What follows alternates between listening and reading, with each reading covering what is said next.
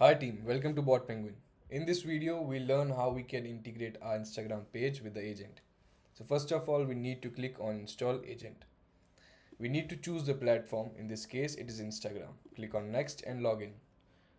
Now we need to enter our Instagram page login details here. And once the details are entered, click on Login. Now we can either choose save info or not now, and then we need to ensure that we provide all the required permissions here and click on allow. Once this is done, we will be redirected back to our BotPenguin agency, and from here we can see that the Instagram agent has been connected to our Instagram page. So this is how simple it is to integrate your Instagram page with the agent. Thank you. And in case you have any concerns, you can reach out to us at support@botpenguin.com. Have a good day.